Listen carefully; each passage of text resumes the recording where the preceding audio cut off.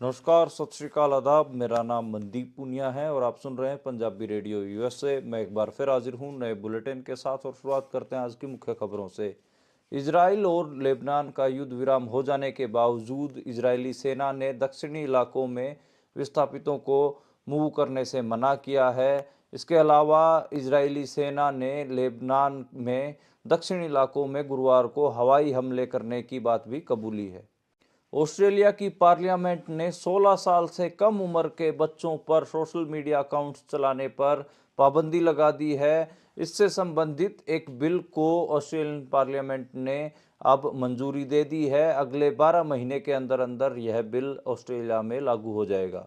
आज supreme court ने उत्तर प्रदेश के संभल जिले में स्थित जामा मस्जिद में सर्वे करवाने पर रोक लगा दी है। आपको बता दें कि सर्वे करवाने के कारण वहां पर एक सांप्रदायिक बवाल हो गया था, जिसमें 5 मुसलमान युवकों की मौत हुई है और पांचों पुलिस की गोली से मारे गए हैं। महाराष्ट्र विधानसभा चुनाव में एनडीए को बहुमत मिलने के बावजूद भी वहां पर बीजेपी को सरकार बनाने में दिक्कत आ रही है। बीजेपी वहां पर एनडीए अलायंस की सबसे बड़ी पार्टी है, लेकिन उनके अलायंस पार्टनर एकनाथ शिंदे और अजीत पवार इस अलायंस में मुख्यमंत्री की पोस्ट को लेकर सहज नहीं दिख रहे। बीजेपी ने देवेंद्र फडणवीस का नाम मुख्यमंत्री पोस्ट के लिए आगे किया है। उसको लेकर महाराष्ट्र के मौके के मुख्यमंत्री एकनाथ शिंदे रूट कर अपने पैतृक गांव में चले गए हैं और शिवसेना के नेता लगातार ये बयान दे रहे हैं कि वे कोई भी कदम उठा सकते हैं। आज किसान नेता जगजीत सिंह डल्लेवाल को पंजाब पुलिस ने अपनी हिरासत से रिहा कर दिया है। दोपहर को किसान नेताओं और पंजाब पुलिस के बीच में एक बैठक हुई थी, जिसमें इस बात पर सहमति बनी थी कि जगजीत सिंह डल्लेवाल को डीएमसी मेडिकल लुधियाना से रिहा कर दिया जाएगा। देर शाम आज उनको रिहा किया गया। उसके बाद डल्लेवाल ने एक प्रेस कॉन्फ्रेंस को भी संबोधित किया। ये थी आज की मुख्य खबरें। अब करते हैं खबरों का विश्लेषण और शुरुआत करते हैं पहली खबर से। पहली खबर आज पूरे इंटरनेशनल लेवल पर छाई रही। इजराइल और लेबनान के युद्ध विराम के बावजूद इजराइल ने लेबनान के कुछ विस्थापितों को वापस अपनी जगहों पर लौटने से मना किया है। यहाँ तक कि कल गुरुवार को इजराइल ने लेबनान के कई इलाकों के ऊपर बमबारी भी की थी और उसको लेकर आज उस बात को एक्सेप्ट भी किया है कि उन्होंने कई जगह पर हमले किए थे। आपको बता दें कि 27 नवंबर को इफेक्टिवली ये जो युद्ध विराम समझौता है ये लागू हो चुका है। उसके बावजूद भी इजराइल दक्षिणी इलाकों में अपनी जो सेना की स्थिति उपस्थिति है वो बनाए के रखी हुई है और कई जगह पे हमले भी कर रही है। और तकरीबन 60 गांव ऐसे हैं जिसके विस्थापितों को इजराइल ने मना किया है कि भाई ये जो दक्षिण इलाकों में जो ये गांव हैं इनके लोग वापस ना लौटे। उन्होंने कहा कि अगर कोई वापस लौटता है तो जान और माल का नुकसान उन्हीं का होगा। जबकि अमेरिका के राष्ट्रपति ने तो ये बड़ा दावा किया था कि फ्रांस और अमेरिका के मध्यस्थता के कारण इजराइल और लेबनान के बीच में समझौता हो गया है और युद्ध विराम हो गया है, लेकिन अभी भी चीज़ें जारी हैं। और दोनों ही गुट जो हिजबुल्ला है लेबनान की तरफ से और इधर से इजरायली सेना है, दोनों ने एक दूसरे के ऊपर आरोप लगाए हैं कि दोनों जो समझौते की शर्तें हैं उनका उल्लंघन कर रहे हैं। हिजबुल्ला ने कहा है कि इजराइल अभी भी हमले कर रहा है और उनके विस्थापित नागरिकों को वो अपनी जगहों पर वापस लौटने से रोक रहा है। वहीं इजराइल ने कहा है कि हिजबुल्ला अभी भी शरारतें कर रहा है। तो दोनों एक दूसरे के ऊपर जो एक आरोप लगा रहे हैं वो शर्तें तोड़ने का आरोप लगा रहे हैं और काफ़ी इसको लेकर आज इंटरनेशनल मीडिया में बना रहा है कि भाई जब युद्ध विराम हो गया है तो फिर क्यों इजराइल जो लेबनान के नागरिक हैं उनको अपने घरों में वापस लौटने से रोक रहा है और ख़ासकर जो दक्षिण इलाके हैं वहाँ पर क्यों गुरुवार को बमबारी की गई। तो ये कई सवाल हैं जो लगातार इजराइल से पूछे जा रहे हैं। अगली खबर की ओर बढ़ते हैं और अगली खबर ऑस्ट्रेलिया से आई। ऑस्ट्रेलिया की संसद ने 16 साल से कम उम्र के बच्चों को सोशल मीडिया पर आने से रोकने वाला एक बिल पास कर दिया है और इसको मंजूरी दे दी गई है। आपको बता दें कि जो ऑस्ट्रेलिया के प्रधानमंत्री हैं एंथनी एल्बनीज, उन्होंने कहा कि युवाओं को सोशल मीडिया के खतरे से बचाने के लिए यह कानून जरूरी है। कई अभिभावकों ने भी इसके ऊपर सहमतियां दी हैं। तो एक हिसाब से 16 साल से कम उम्र के जो बच्चे हैं ऑस्ट्रेलिया में वो सोशल मीडिया से दूर रहेंगे। मैं तो इसको एक अच्छा कदम मानता हूँ। उसका रीज़न ये है कि जो चाइल्ड डेवलपमेंट है और पूरा उसमें जो थियोरी भी है उसमें स्पोर्ट्स का और पढ़ाई का बड़ा रोल है। उसमें सोशल मीडिया साइट्स पे टाइम पास करने से तो कोई डेवलपमेंट होती नहीं। ठीक है कि थोड़ा एक्सपोजर मिलता होगा बच्चे को, उसको चार बातें ज़्यादा समझ में आ जाती होंगी, चार नए लोगों को के फोटो दिख जाते होंगे, चार नई जगहों के बारे में जानने को मिल जाता होगा।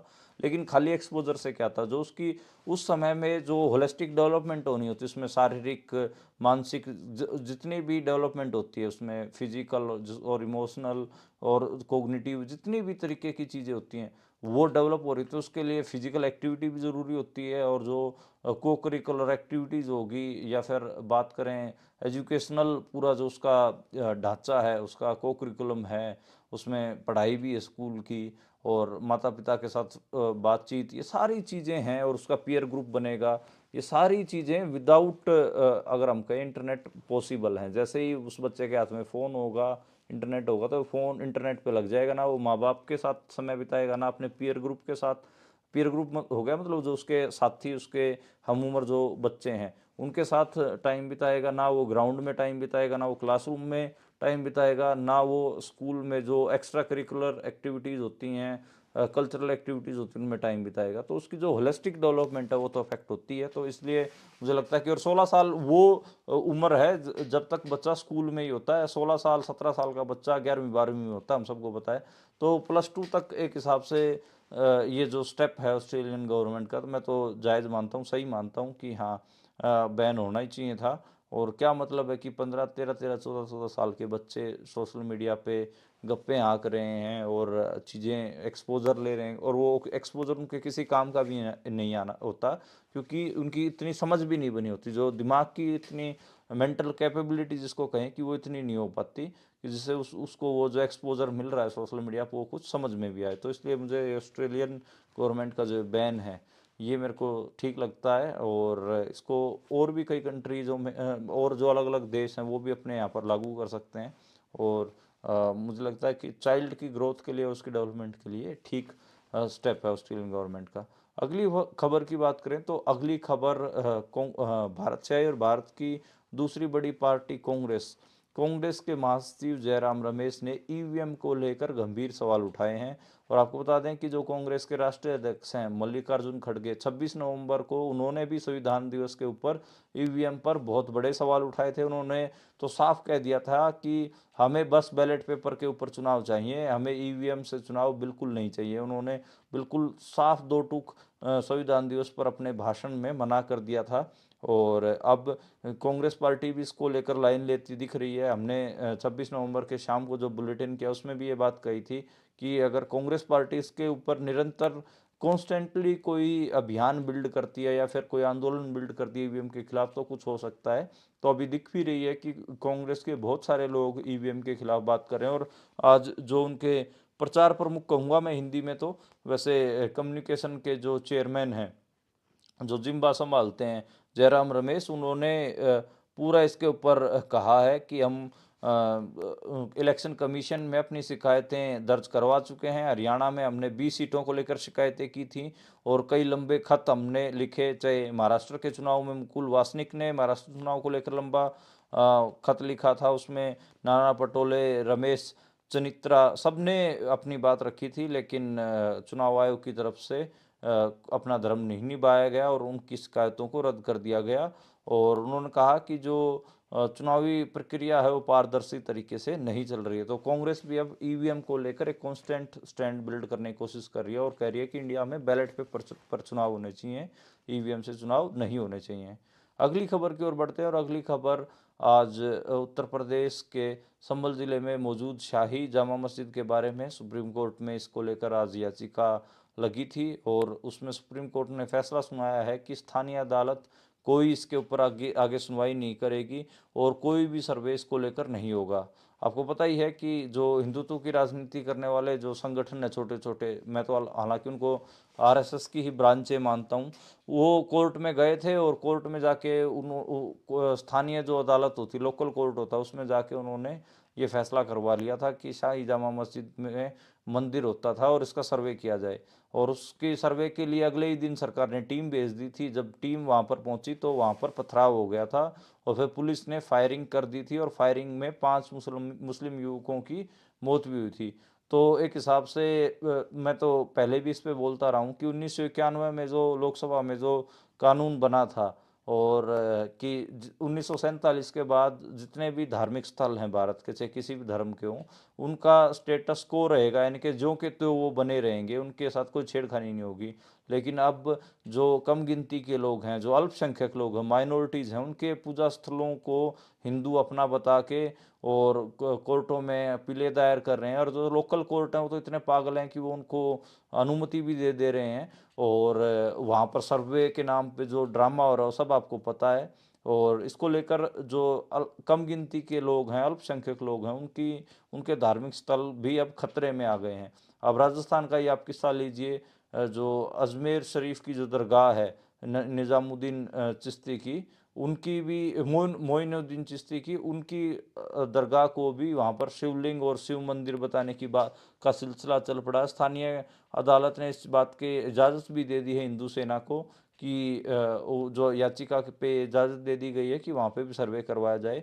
तो ये सब चीज़ें हो रही हैं भारत में अलग अलग सूबों में। मैं तो कई बार बताता भी हूँ कि आरएसएस का नारा रहा है, अयोध्या एक झांकी है, काशी मथुरा बाकी है। मुझे तो लगता है अब काशी और मथुरा में तो वो अपना कर ही रहे हैं। काशी में आप सबको पता है कि जो ज्ञानव्यापी मस्जिद है, वहाँ पे उन्होंने मंदिर का जुगाड़ कर ही लिया। तय खाने में उन्होंने मूर्तियाँ भी रख दी हैं और मूर्तियों की पूजाएं वगैरह भी होने लग गई हैं। ऐसे ही कृष्ण जन्मभूमि वाला विवाद उन्होंने मथुरा में भी उठा रखा है। इसके अलावा संभल हो, राजस्थान का अजमेर हो, या इन सब जगहों में भी उन्होंने जो मस्जिदें हैं या फिर दरगाहें हैं, वहाँ पर हिंदू मंदिर होने की बात कह दी और वहाँ पे वो सर्वे की मांगे कर रहे हैं। यहाँ तक तो इतने भी पागल हिंदुत्व की पॉलिटिक्स के कई लोग हैं जो ताजमहल को तेजो महल बताते हैं, और इसको भी ये कहते हैं कि ये शिव, यहाँ पर शिव का मंदिर था। तो जो मेरे को तो लगता है इस पे यूएन को भी इंटरवीन करना चाहिए, क्योंकि बहुत सारी तो यूनेस्को की जो हेरिटेज साइट्स हैं, तो उनको ही अब जो यहाँ की हिंदुत्व की पॉलिटिक्स है वो मंदिर वगैरह बताने लग गई है, तो उनको इंटरवीन करना चाहिए। और जितने भी दुनिया के अजूबे हैं जो भारत में मौजूद हैं या यूनेस्को हेरिटेज साइट्स हैं, उनको बचाने का तो कम से कम यूएन को प्रयास करना ही चाहिए, और इंटरवीन करके कहना चाहिए कि भाई क्यों आप किसी इमारत को खाम खा उसको एक साजिश, जो पॉलिटिकल कॉन्स्पिरेसी थ्योरी में तब्दील करके अपनी राजनीति चमका रहे हैं। खैर, आगे बढ़ते हैं और अगली खबर की ओर बढ़ें। तो अगली खबर आज इंडियन पार्लियामेंट से आई, और विंटर सेशन चला हुआ इंडियन पार्लियामेंट का, लेकिन आज भी कोई भी बहसबाजी या फिर बातचीत नहीं हो सकी। उसका कारण क्या है? उसका कारण है कि आज फिर जो इंडिया अलायंस है और जिसमें कांग्रेस पार्टी बड़ी पार्टी है, इन लोगों ने आज फिर गौतम अडानी को लेकर चर्चा करने की बात कही कि सदन में, चाहे राज्यसभा हो या लोकसभा, दोनों सदनों में इसको लेकर चर्चा होनी चाहिए। लेकिन दोनों ही सदनों के स्पीकर्स ने चर्चा नहीं होने दी, और कल तक के लिए, यानी कि कल का मतलब मेरा हो गया सोमवार तक, तो सोमवार 2 दिसंबर तक अब सदन को स्थगित कर दिया गया है। और जगदीप धनखड़ ने इसको लेकर कहा कि हंगामे की सराहना नहीं की जानी चाहिए, बहुत खराब मिसाल पेश कर रहे हैं, हम देश के लोगों का अपमान कर रहे हैं। उनको इतना ही अपमान दिख रहा है, तो फिर जो कांग्रेस पार्टी है, जो कह रही है कि भाई अडानी के ऊपर इंटरनेशनल इतने आरोप लगे हैं करप्शन के, और इतनी चीज़ें सामने आई हैं, और सेबी की जो प्रमुख हैं माधवी बीच बूच, और उनकी भी उनके साथ साठगांठ की खबरें आई, तो उनके ऊपर बातचीत क्यों नहीं होनी चाहिए। लेकिन हम सबको पता है कि दोनों स्पीकर बीजेपी से ही आते हैं। तो बीजेपी और जो गौतम अडानी वो नरेंद्र मोदी के खास दोस्त हैं, तो दोनों सदनों में कोई चर्चा नहीं होगी। ऐसे ही जो हाउस है वो आगे सस्पेंड होता रहेगा। अगली खबर की बात करते हैं तो अगली खबर महाराष्ट्र से आई। और महाराष्ट्र में आप सबको पता है कि विधानसभा चुनाव होकर हटे हैं, और जो एनडीए है, जो बीजेपी का अलायंस ग्रुप है, जिसको वहाँ पर महायुति कहा जाता है, उसने ज़बरदस्त बहुत बड़ी विक्ट्री हासिल की है, जिसमें बीजेपी सबसे बड़ी पार्टी बनकर उभरी है। और इसी का, और जो शिवसेना, जो एकनाथ शिंदे की शिवसेना है, उसने वो दूसरे नंबर की पार्टी बनकर उभरी है, 57 सीटें, और तीसरे नंबर पे अजीत पवार की पार्टी 37 सीटों के साथ बनकर उभरी है, 40 सीटों के साथ। तो इन तीनों का अलायंस था, तीनों आज इस स्थिति में हैं कि अपनी सरकार बना सकते हैं। लेकिन एकनाथ शिंदे सीएमशिप के ऊपर अड़े हुए हैं, लेकिन बीजेपी ने साफ कर दिया क्योंकि उनकी ज़्यादा सीटें हैं इसलिए, और अलायंस में वो ज़्यादा बड़े पार्टनर हैं, हिस्सेदार हैं, इसलिए सीएम उनका होगा। और इसको लेकर एकनाथ शिंदे को पच नहीं रहा है। कई कई कई किस्म की थियरियाँ महाराष्ट्र की पॉलिटिक्स में तैराई जा रही हैं उसमें एक तो यही है कि देवेंद्र फडणवीस ब्राह्मण है और ब्राह्मण के नीचे 2 मराठा डिप्टी सीएम बनेंगे, तो ये बात मराठा पॉपुलेशन महाराष्ट्र की नाराज हो जाएगी, क्योंकि अजीत पवार भी मराठा हैं और एकनाथ शिंदे भी मराठा हैं। तो ये एक बात कही जा रही है। इसके अलावा आज अमित शाह के घर पे मीटिंग भी थी, जिसमें देवेंद्र फडणवीस, एकनाथ शिंदे और अजित पवार तीनों शामिल रहे। लेकिन 2 घंटे चली इस बैठक में एकनाथ शिंदे को नहीं मनाया जा सका कि वो डिप्टी सीएम बने। उनके ऊपर उनके पास एक केंद्रीय मंत्री का प्रपोजल भी भेजा गया कि आप सेंटर में बड़े मिनिस्ट्री आप ले लीजिए, लेकिन वो भी बात नहीं मानी और वो वहाँ से निकलकर सीधे पैतृक अपने अपने गांव पैतृक गांव में चले गए हैं। बहुत सारे लोग ये बता रहे हैं कि जब भी एकनाथ शिंदे अपने गांव में जाते हैं, पैतृक गांव में लौटते हैं, तो कोई बड़ा फैसला लेते हैं, और शिवसेना ने इसको लेकर कहीं ना कहीं बयानबाजी भी शुरू कर दी है कि अगर उनको मुख्यमंत्री नहीं बनाया गया तो कोई बड़ा फैसला ले सकते हैं। यानी कि बीजेपी चुनाव तो जीत गई है महाराष्ट्र में, लेकिन वो सीएम अपना बना नहीं पा रही है और काफ़ी मुश्किलों का सामना करना पड़ रहा है। अजीत पवार तो डिप्टी चीफ मिनिस्टर में बिल्कुल खुश हैं, लेकिन वो ये चाह रहे हैं कि एकनाथ शिंदे रूठ कर इस अलायंस से बाहर ना निकले, तो उसके लिए वो हाथ पैर जोड़ने वाला अपना काम तो लगातार कर ही रहे हैं। खैर, अगली खबर की ओर बढ़ते हैं। जो अगली खबर है वो हरियाणा को लेकर है। हरियाणा के विधानसभा चुनाव में कांग्रेस की हार का फाइनली कांग्रेस ने एक हिसाब से एनालिसिस कर लिया है, और आज जो बैठक हुई उसमें जो कांग्रेस के प्रेसिडेंट है मल्लिकार्जुन खड़गे, उन्होंने कुछ बातें भी रखी हैं। उन्होंने कहा कि कांग्रेस एकता की कमी के कारण हारी है और एक दूसरे के खिलाफ बयानबाजी लगातार चलती रही, उससे भी नुकसान हुआ। और तीसरा उन्होंने कहा है कि बहुत सारी खामियां रही, उनको दुरुस्त नहीं किया गया। जो खड़गे की 4 अहम बातें जो उन्होंने आज अपनी जो CWC कांग्रेस वर्किंग कमेटी की जो बैठक थी उसमें कही हैं, वो सुन लीजिए। उसमें पहला तो ये है कि जो चुनावी नतीजे थे वे उनकी उम्मीदों के अनुरूप नहीं रहे। जिस हिसाब से कांग्रेस ने लोकसभा चुनाव में अच्छा परफॉर्म किया था, वैसा वो विधानसभा में परफॉर्म नहीं कर सकी। उसमें एक तो ये कहा कि एक दूसरे के खिलाफ जो बयानबाजी चलती रही उससे बहुत नुकसान हुआ है। उन्होंने कहा कि ये बंद होना चाहिए। और दूसरा उन्होंने कहा कि जो अनुशासन है, जो डिसिप्लिन है, उसकी बहुत कमी दिखी। उन्होंने कहा कि जो सख्ती से अनुशासन का पालन होना चाहिए, और इसको लेकर उन्होंने ठीक ठाक झाड़ भी लगाई है। इसके अलावा बाबरियाना जो कांग्रेस के इंचार्ज थे हरियाणा के, वो ना तो संगठन बना पाए, ना जो कांग्रेस की गुटबाजी है हरियाणा में वो रोक पाए, उससे भी नुकसान हुआ। टिकट वितरण में हुड्डा गुट को तरजीह दी गई और आम आदमी पार्टी से समझौता नहीं किया गया, इसको भी आज कांग्रेस वर्किंग कमेटी में उठाया गया कि ये भी एक कारण रहा है।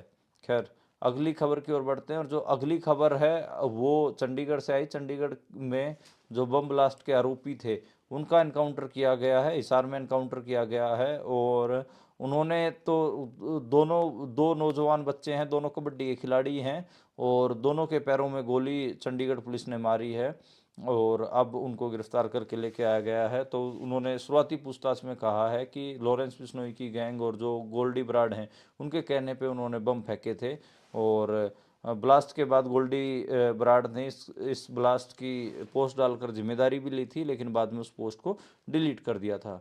अगली खबर की ओर बढ़ रहे हैं। तो अगली खबर किसान आंदोलन से आई। खनौरी बॉर्डर और शंभू बॉर्डर पर लगातार किसान आंदोलन चल रहा है, और इस बीच किसान नेता जगजीत सिंह डल्लेवाल को पंजाब पुलिस ने अपनी हिरासत से रिहा कर दिया है।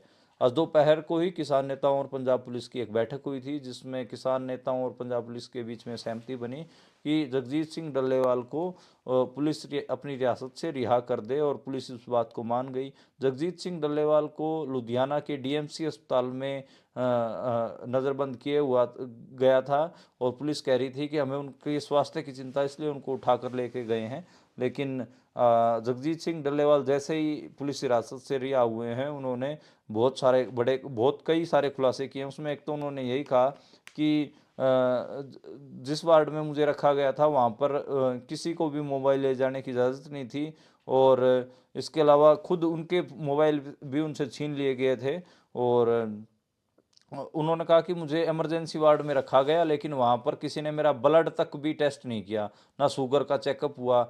मैंने चेकअप करने को भी की बात भी कही, लेकिन किसी ने मेरी सेहत का ख्याल नहीं रखा, और ना मेरी कोई मेडिकल टेस्ट, कोई मेरा मेडिकल बुलेटिन कुछ नहीं उन्होंने रखा और ना डॉक्टरों ने मेरा मेडिकल बुलेटिन जारी करा। तो एक हिसाब से अस्पताल में ले जाके मुझे डिटेन कर रखा था। तो ये जगजीत डल्लेवाल ने आरोप लगाए। इसके अलावा जो किसान हैं, किसानों ने भी कॉल दी थी कि 1 दिसंबर को भगवंत मान के खिलाफ प्रदर्शन करेंगे। लेकिन अब लगता है कि ये जो प्रदर्शन की कॉल है, यानी कि कल जो प्रदर्शन है वो टल जाएगा, क्योंकि उससे पहले ही पंजाब पुलिस ने जगजीत सिंह डल्लेवाल को जो छोड़ दिया है ये अपनी हिरासत से। और इसमें कई सारी चीज़ें और भी हैं, जिसमें एक तो यही है कि जो लड़ाई है वो सेंटर के साथ है, केंद्र के खिलाफ है। तो पंजाब सरकार इसके में बीच में क्यों अपनी फजीयत करवा रही है, क्यों वो रोल ले रही है? किसान भी यही पूछ रहे हैं, ये बार बार यही कह रहे हैं। अगर भगवंत मान को लगता है कि वो ज़्यादा सेंटर की चमचागिरी कर लेंगे, तो फिर जो किसानों का जो गुस्सा है वो उनके खिलाफ भी देखने को मिलेगा। और खैर, पंजाब की जो सरकार है और आम आदमी पार्टी है, वो तो नैरेटिव वॉर से बहुत डरती है कि एक बार किसानों ने इन लोगों के खिलाफ झंडे उठा लिए तो फिर इनसे बात को संभालना मुश्किल हो जाएगा। मैं ये बात मेरे को लगती है। अगली खबर की ओर बढ़ें तो अगली खबर सुखबीर बादल की एक सोशल मीडिया पोस्ट के बारे में। उन्होंने पोस्ट करके कहा है कि जो जत्थेदारों के खिलाफ जो टिप्पणियां की जा रही हैं उसमें उन्होंने कहा है कि ये नहीं होना चाहिए। उन्होंने इसकी निंदा भी की है और उन्होंने सोशल मीडिया के दुरुपयोग की बात भी कही है। और उन्होंने ये कहा है कि श्री अकाल तख्त साहिब महान है और सिख धर्म की शान है। और मेरे संज्ञान में आया कि पिछले कुछ दिनों से जो शरारती तत्व सोशल मीडिया का दुरुपयोग कर रहे हैं, फर्जी अकाउंट बनाकर श्री अकाल तख्त साहिब और पूज्य श्री सिंह साहिबानों के खिलाफ दुष्प्रचार कर रहे हैं, जो कि बेहद निंदनीय है। इसे किसी कीमत पर भी बर्दाश्त नहीं किया जा सकता। तो ये बात उन्होंने कहा है। इसके अलावा उन्होंने श्रोमणी अकाली दल के हर एक नेता और कार्यकर्ता को श्री अकाल तख्त साहिब के प्रति समर्पित बताया है और कहा है कि वो झूठे प्रचार के कारण परेशान हैं।